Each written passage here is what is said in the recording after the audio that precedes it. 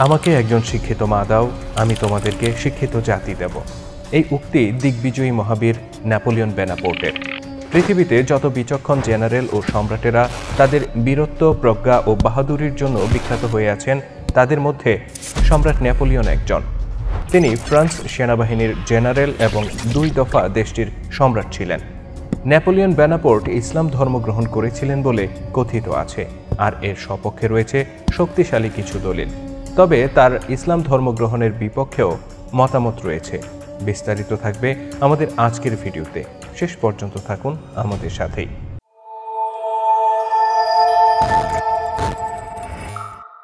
মহাবীর Napoleon Bonaparte 1798 সালে কায়রোর জামে আজহার মসজিদে ইসলাম ধর্ম গ্রহণ করেছিলেন বলে জোরালো মত রয়েছে। ইসলাম ধর্মগ্রহণ উপলক্ষে তিনি যে বাণী প্রচার করেন তার দলিল কায়রোর কেন্দ্রীয় লাইব্রেরিতে এখনও রক্ষিত রয়েছে। তৎকালীন বিশেষ ব্যক্তিদের ডায়েরিতে তার ইসলাম ধর্মগ্রহণের সত্যতা পাওয়া যায়। লা কেসেস নামে নেপোলিয়নের খুব কাছের একজন মানুষ ছিলেন। তিনি তার ডায়েরিতে নেপোলিয়নের ইসলাম ধর্মগ্রহণের বিষয়টি নিশ্চিত করেছেন। উইকিপিডিয়ার তথ্য অনুসারে সেন্ট হেলেনায় নির্বাসিত জীবনযাপনকালে জেনারেল গরগার্ডের সাথে একান্ত আলাপচারিতায় নেপোলিয়ন বলেছিলেন, আমি মোহাম্মদীয় ধর্মকে সবচেয়ে বেশি পছন্দ করি।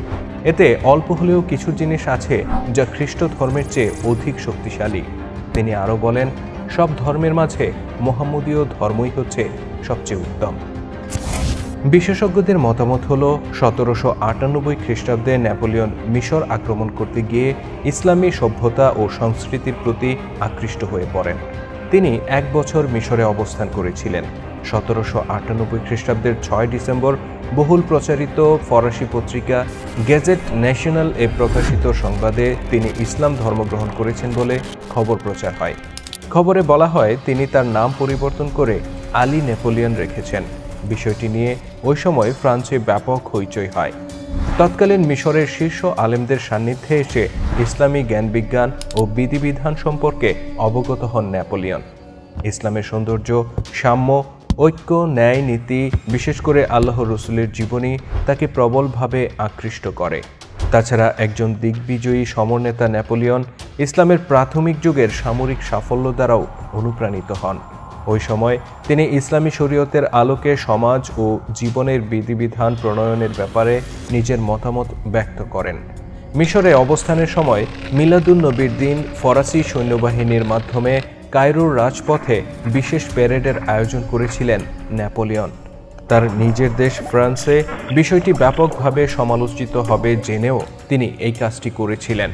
ইসলাম ও ইসলামের নবীর প্রতি অনুরাগ না থাকলে এই ঝুঁকি নেওয়ার কোনো কারণই থাকে না। মিশরে অবস্থানকালে দেশটির গ্র্যান্ড মুফতিকে একবার একটি চিঠি লিখেছিলেন নেপোলিয়ন। সেখানে তিনি লিখেন, আমি সব বিজ্ঞ ব্যক্তিদের সাথে নিয়ে কোরআনের নীতিমালার আলোকে একটি রাষ্ট্র ব্যবস্থা প্রবর্তন করতে চাই। একমাত্র কোরআনের আইন ও শাসনের মধ্যেই রয়েছে প্রকৃত স্বস্তি ও স্বাচ্ছন্দ্য। এ থেকে বোঝা যায় নিজের ধর্ম ও ইউরোপে প্রচলিত রাষ্ট্রীয় আইনের তুলনায় তিনি ইসলাম ও এর বিধিবিধানকে অনেক বেশি যুগোপযোগী মনে করতেন ও শ্রদ্ধা করতেন। ইসলামের প্রতি তার বিশেষ সম্মান ও মর্যাদার কারণে তৎকালীন মিশরের আলেমরা তাকে মহাসম্রাট উপাধিতে ভূষিত করেন। মার্কিন ঐতিহাসিক জোয়ান কোলে সম্রাট নেপোলিয়নের মিশরের অবস্থানকাল নিয়ে একটি বই লিখেন।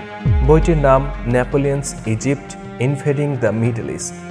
সেখানে তিনি উল্লেখ করেন, নেপোলিয়ন বোনাপার্ট মুহাম্মদ সাল্লাল্লাহু আলাইহি সাল্লাম এর জীবন আদর্শে খুব বেশি প্রভাবিত ছিলেন। জোয়ান কোলে নেপোলিয়ন ইসলাম ধর্ম গ্রহণ করেছিলেন বলে মতামত ব্যক্ত করেন। জীবনের শেষ সময়গুলোতে নেপোলিয়ন যখন নির্বাসিত জীবনযাপন করেছিলেন তখন তিনি ইসলামের নির্দেশিত পথে নিজেকে পরিচালিত করতেন বলে তার ঘনিষ্ঠ লোকদের ডায়েরিতে উল্লেখ পাওয়া যায়। উল্লেখ্য যে নেপোলিয়নের মৃত্যুর পর থেকে এখন পর্যন্ত তাকে নিয়ে হাজার হাজার বই লেখা হয়েছে। প্রথমকার দিকে যারা নেপোলিয়নকে বই লিখেছেন তাদের অনেকেই ছিলেন তার ঘনিষ্ঠ সহচর, শেষ জীবনের সঙ্গী।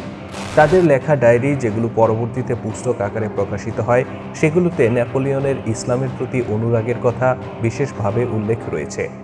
সম্রাট নেপোলিয়ন যে ইসলাম ধর্মের প্রতি প্রবলভাবে আকৃষ্ট ছিলেন তার প্রমাণ পাওয়া যায় তার শাসন নীতিতে। 1798 সালে নেপোলিয়ন যখন মিশরে আসেন এবং ইসলামের প্রতি আকৃষ্ট হয়ে পড়েন, তখনও তিনি সম্রাট ছিলেন না, বরং মিশর ত্যাগ করার প্রায় 5 বছর পর তিনি প্রথমবারের মতো দেশটির সম্রাট হিসেবে দায়িত্ব গ্রহণ করেন। 2 দফায় প্রায় 11 বছর তিনি এই দায়িত্ব পালন করেন। ফ্রান্সের পাশাপাশি ইতালি, বেলজিয়াম, জার্মানি ইত্যাদি দেশও কম বেশি সময়ের জন্য তার শাসনাধীনে ছিল। তার পক্ষে সম্ভব ছিল না খ্রিস্টান ধর্মাবলম্বী এই বিশাল এলাকায় ইসলামের বিধিবিধান জারি করা। কিন্তু এই সময়ে তিনি এসব দেশে নেপোলিয়ন কোড নামে নিজস্ব কিছু আইন ও বিধিমালার প্রবর্তন করেন, আর এই আইনের বহু ধারা ছিল ইসলামী শিক্ষার অনুকরণে। এ থেকে আন্দাজ করা যায় তিনি ইসলামের অনুশাসন ও বিধিবিধানের প্রতি কতটা দুর্বল ছিলেন। প্রশ্ন উঠতে পারে, নেপোলিয়ন যদি ইসলামের ব্যাপারে অনুরক্ত হয়ে থাকেন, তাহলে ইসলাম ধর্মগ্রহণের ব্যাপারে তিনি কেন প্রকাশ্যে কিছু বলেননি? এর 2টি সম্ভাব্য কারণ থাকতে পারে। প্রথম কারণটি সোজাসাপটা, তিনি ইসলাম ধর্ম গ্রহণই করেননি, বরং ইসলামী অনুশাসন দ্বারা প্রভাবিত হয়েছেন। নেপোলিয়ন একা নন, পৃথিবীতে বহু অমুসলিম মনীষী, গবেষক, যোদ্ধা ইসলামের ইতিহাস, ঐতিহ্য ও সভ্যতা সম্পর্কে জানার পর অকপটে আল্লাহর রসুলের নীতি ও আদর্শের প্রশংসা করেছেন। হতে পারে নেপোলিয়নও একই কারণে ইসলামের গুণগান করেছেন। দ্বিতীয় সম্ভাবনাটি হলো, তিনি হয়তো ইসলাম গ্রহণ করেছেন, কিন্তু বিষয়টিকে তিনি ব্যক্তিগত জীবনে রাখতে চেয়েছেন, রাজনৈতিক জীবনে এর প্রভাব পড়তে দেননি। তিনি ছিলেন ফ্রান্সের সেনানায়ক ও পরবর্তীতে দেশটির সম্রাট। শত শত বছর ধরে ফ্রান্স সহ অন্যান্য ইউরোপীয়রা মুসলিমদের বিরুদ্ধে যুদ্ধ করে এসেছে। এটা ছিল তাদের কাছে ধর্মযুদ্ধ। নেপোলিয়ন ইসলাম ধর্ম গ্রহণ করেছেন এমনটা জানলে তিনি মোটেই দেশটির শাসক হতে পারতেন না। দেশটির সেনাবাহিনী, সাধারণ জনগণ, সর্বোপরি ধর্মযাজকেরা একযোগে তার বিরুদ্ধে অবস্থান নিত। হতে পারে এই কারণে তিনি ব্যক্তিগত জীবনে ইসলাম ধর্ম গ্রহণ করলেও বিষয়টিকে কখনোই প্রকাশ্যে আনেননি।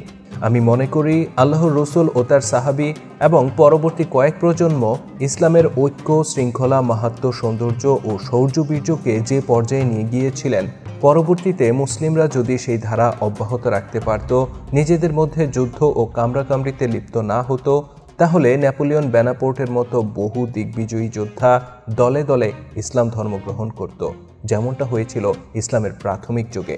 যাই হোক, সবকিছুর শেষ ফয়সালাকারী নিঃসন্দেহে মহান আল্লাহ তাআলা।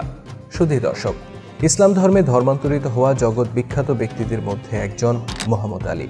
তিনি ছিলেন একজন মার্কিন পেশাদার বক্সার বা মুষ্টিযোদ্ধা।